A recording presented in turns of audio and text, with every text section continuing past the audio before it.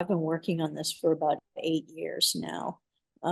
So, and it's unfortunately, it's been a labor of passion, because there are no grants, there are no fellowships, there are no, it's very, very challenging. It was very challenging to be on the other side of that coin and try and get some support from existing foundations or universities, or to continue to actually pull it all together. There's so many just little pockets of pieces of information.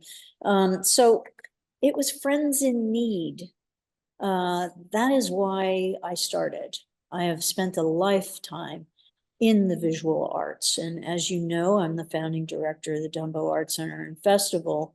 And I drew 250,000 people annually to the event, but it did change the waterfront. It was the catalyst for change in terms of allowing artists to actually have collectors come into their studio as a primary. It, as a festival, it engaged somewhere in the vicinity of about 2,000 artists annually.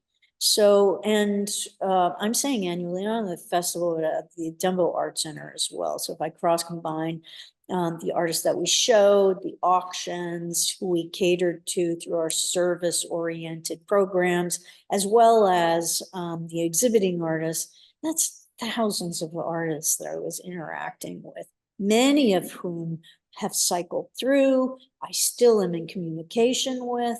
I am still interacting with, and they're basically my friends. They are my friends, and they're now in their middle 60s. And it just became more and more apparent to me that this was a bigger problem. There wasn't enough truly individuals who truly cared about the archival process, or there's just not enough trained people right now. So there's a whole little pocket in the visual contemporary arts where in some ways we're in crisis mode. And I've been in the nonprofit sector for all of my career. So my colleagues and I always were aware of this issue. It's not like new and, oh my gosh, all of a sudden this is happening. No, it's like we could see this coming down the pike for decades. But there was a few organizations that had made really championed attempts at